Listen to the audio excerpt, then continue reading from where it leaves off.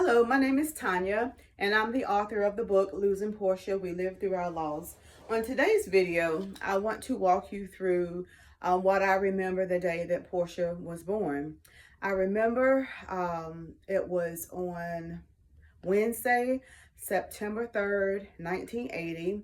I was 8 years old at the time, and I was like in the third grade, a student at John Cotton Taylor School in Washington, North Carolina.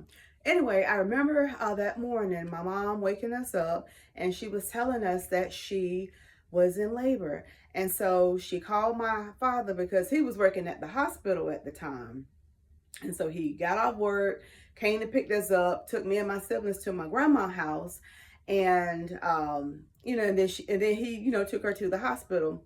Well, anyway, later on that day, I remember my grandfather taking me to school, and I remember like I was just super excited that whole day, like, oh man, when I get home from school, I'm gonna have a new baby brother or sister. I mean, I was super excited, could not wait to get home.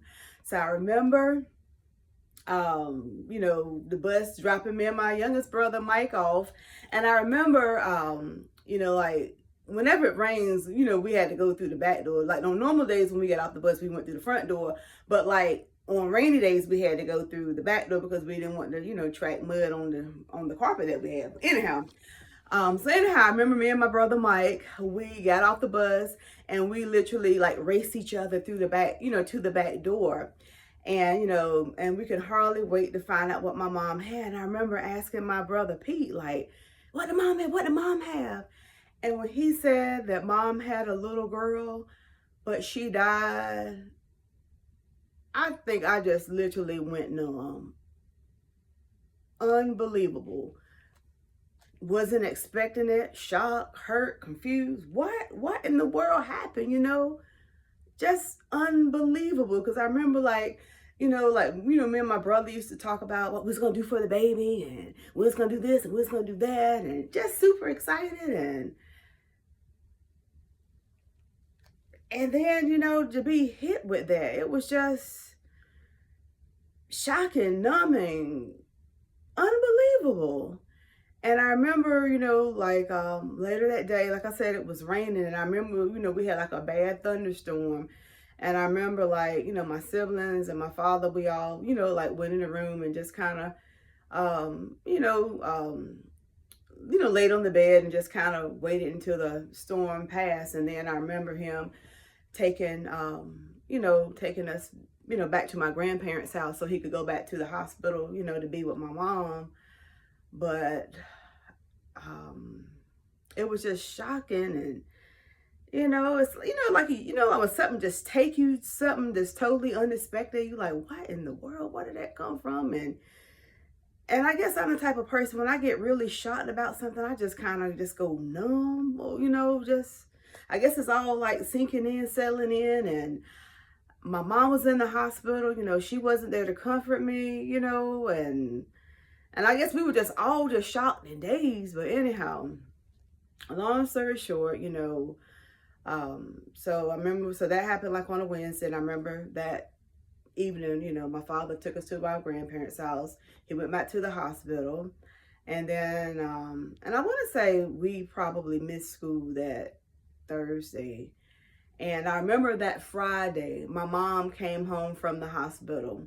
And I don't know, and it's like we were just so happy to see her, to have experienced a life-changing event, and then your mom not being there to comfort you.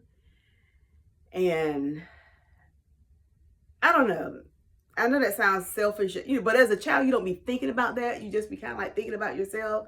But I tell you, when my mom came home that Friday, we just hugged her and hugged her and hugged her, and we were just never so happy and so glad to see mom. And to kind of put it in perspective, I don't know whether you guys are a fan of Good Times, but y'all remember that episode when Florida came back home for Keith and Thelma's wedding, and how everybody just ran to Florida and how they just hugged her and kissed her and hugged her and kissed her. That's how it was when my mom came home that day. And as I think back on that day, y'all, everything moved so fast during that time. Because like I said, my sister was, stillborn. was born, stillborn that Wednesday. And so, like I said, that Thursday, we missed school. It was at my grandparents' house. That Friday, my mom came home from the hospital and she had groceries in her hand. I remember her having grocery bags, I guess to feed the 4 kids that she had. And then that same day, having to bury her baby. I don't know, as I think back on it, I don't know what the rush was, because it happened that Wednesday. She came home that Friday. The graveside service was that Friday, but everything just moved like really, really fast. And as I think back on it, I think with it happening so fast and it was so unexpected, a lot of things didn't get done. I mean, like, as I think back on it, there was like, we didn't have any pictures of her, like none that I'm aware of. And it's like I saw her like one time. It's like I can remember exactly how she looked, and it was very distinct, but the details are like in my book. And I don't know whether she had to get in the ground before the Sabbath. I don't know, but it was just a fast moving process, and we didn't have any pictures. There was no program. There was no birth certificate. There was no death certificate. It's like we didn't really have anything. And I guess like with the graveyard that she was buried in, off of Woontown Road, like way in the back of that church in the country. And I guess it was kind of like an out of sight, out of mind type deal. And we didn't get like a headstone until like, Lord, decades later. But, and I'll get to that on another episode because it's going to all tie in.